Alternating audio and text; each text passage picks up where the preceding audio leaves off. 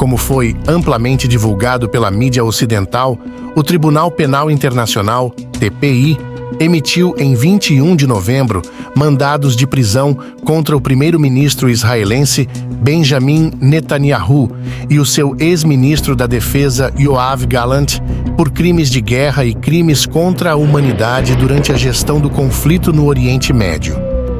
No mesmo dia, o TPI também emitiu um mandado contra a cúpula militar do Hamas por crimes de guerra, mesmo diante de relatos de que a liderança em questão havia sido neutralizada por Israel.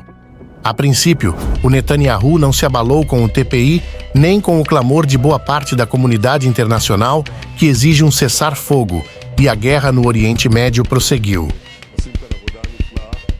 Nesse episódio, vamos falar um pouco sobre a proposta de cessar-fogo no Líbano, sobre os ataques contra a UNIFIL e atualizar o teatro de guerra entre Israel e o Hezbollah. Fique conosco até o final. Deixe sua curtida para fortalecer nosso trabalho e vamos juntos ver mais um capítulo desse teatro no Oriente Médio.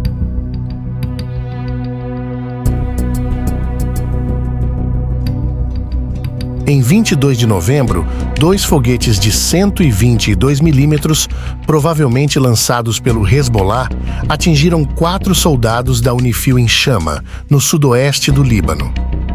Os foguetes atingiram um bunker e uma área logística, causando danos significativos. Em primeiro momento, os italianos acusaram os israelenses pelo ataque, porém recuaram, e as suspeitas caíram sobre o Hezbollah. Porém, até o final desta edição, estava indeterminada os autores desse ataque. Este é o terceiro incidente em uma semana envolvendo fogo do Hezbollah ou das IDF, impactando posições da UNIFIL na região, evidenciando o aumento dos riscos para forças internacionais no sul do Líbano. Inclusive, relatos indicam que os argentinos, aliados de Israel, retiraram suas tropas da UNIFIL no Líbano. Enquanto isso, as negociações sobre um possível cessar-fogo entre Israel e o Hezbollah, mediadas pelos Estados Unidos, não avançam de forma clara. Fontes anônimas citadas pelo jornal libanês Al-Akhbar revelam que as autoridades do Líbano apresentaram uma lista de demandas que, no mínimo, adicionam camadas de complexidade ao acordo proposto. Entre elas está o reconhecimento da linha azul, a fronteira provisória traçada pela ONU, como a linha oficial entre Israel e o Líbano, além da exigência de uma retirada rápida e simultânea das forças de defesa de Israel, com direito a um cronograma bem definido publicamente. E a pauta mais polêmica é a exigência da libertação de combatentes do Hezbollah detidos no sul do Líbano. Inclusive, segundo relatórios da inteligência ocidental, o Irã teria intervindo nas negociações de cessar-fogo do Líbano para garantir que qualquer acordo se alinhe com o objetivo do Irã de reconstruir o Hezbollah após os ventos da guerra passarem. Evidentemente, tais demandas são vistas como pontos de discórdia, sobretudo no que diz respeito à possibilidade de Israel manter o direito de responder a violações do cessar-fogo no território libanês, um detalhe estratégico que o Hezbollah, previsivelmente, rejeitou com veemência.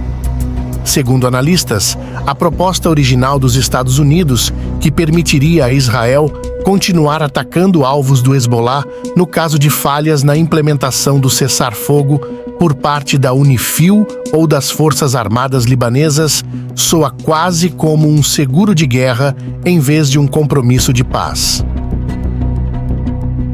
No palco do conflito, entre 20 e 23 de novembro, o Hezbollah intensificou suas ações contra as forças de defesa de Israel, reivindicando 13 ataques em Qiam desde o dia 20 e realizando mais de 20 ataques a Israel no período subsequente. Em 21 de novembro, o Hezbollah lançou foguetes pela primeira vez contra uma base da FDI em Ashdod, a 160 quilômetros da fronteira Israel-Líbano, demonstrando maior alcance estratégico.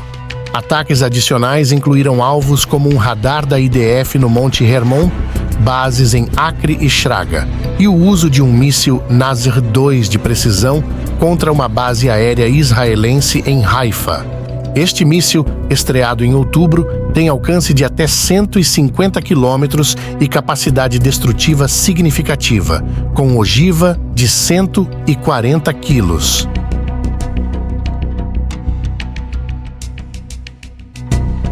Na cidade israelense de Naharia, um foguete tirou a vida de um israelense entre os dias 21 e 22 de novembro.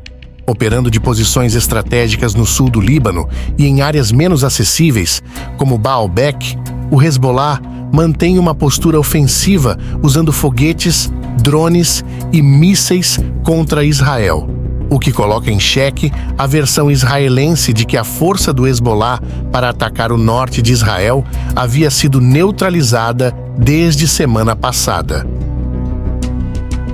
Ou seja, os ataques do Hezbollah contra o norte de Israel representam uma escalada na capacidade ofensiva do grupo e no seu potencial de regeneração e resiliência que ampliam a complexidade do conflito. Em contrapartida, entre 20 e 23 de novembro, as forças de defesa de Israel intensificaram sua campanha aérea contra a liderança e a infraestrutura do Hezbollah no Líbano, com atenção focada em Beirute e a cidade de Tiro.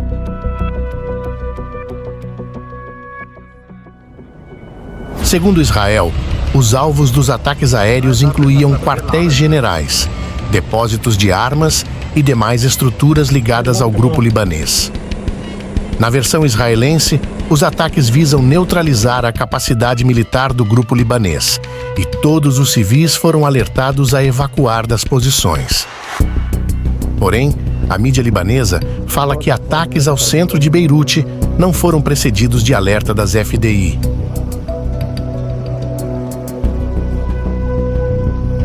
No terreno, o contato entre as forças está cada vez mais íntimo. Em 20 de novembro, combatentes do Hezbollah atacaram o 13º Batalhão da IDF e uma parte da 1ª Brigada Golani, em uma fortaleza histórica em Ta'ir Harfa. Durante o confronto, 2 combatentes do Hezbollah neutralizaram um soldado israelense e deixaram outros 2 fora de combate, além de um civil israelense que acompanhava as forças de Israel, e supostamente neutralizaram um veículo de combate israelense na mesma ocorrência. Em contrapartida, as IDF reagiram com força no terreno. Após a ocorrência de 20 de novembro, o chefe do Estado-Maior das IDF, Tenente-General Herzi Halevi, formou uma equipe para avaliar a disciplina operacional das forças de Israel no Líbano e na faixa de Gaza, enquanto a Polícia Militar abriu uma investigação para apurar como um soldado aposentado foi autorizado a estar em uma zona de combate ativa. Inclusive, entre os dias 20 e 23 de novembro, Israel reconheceu baixas em seu exército, tanto no Líbano como na faixa de Gaza. Em 22 de novembro, as forças de defesa de Israel intensificaram sua ofensiva no sul do Líbano, avançando pela estrada estratégica de Nabatie Marja Ayun em direção a Deir Mimas, um ponto crítico entre o distrito de Marja Ayun e o norte do rio Litani. Iniciando uma batalha fervorosa nessa direção, que continuava até o final desta edição, em 24 de novembro. A mídia libanesa, incluindo fontes do Hezbollah, relatou destruição de infraestruturas ao longo da estrada de Nabatie e alertas de evacuação para civis por drones israelenses. Em resposta, o Hezbollah intensificou seus ataques com foguetes, morteiros e mísseis antitanque contra as posições israelenses, principalmente ao norte e leste de Deir Mimas.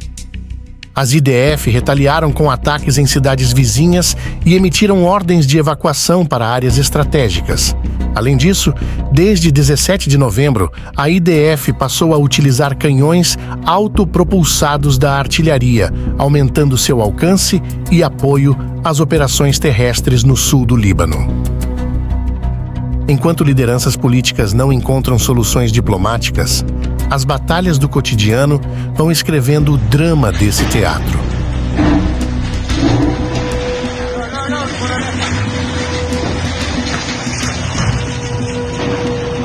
Esse foi mais um Boletim Militar.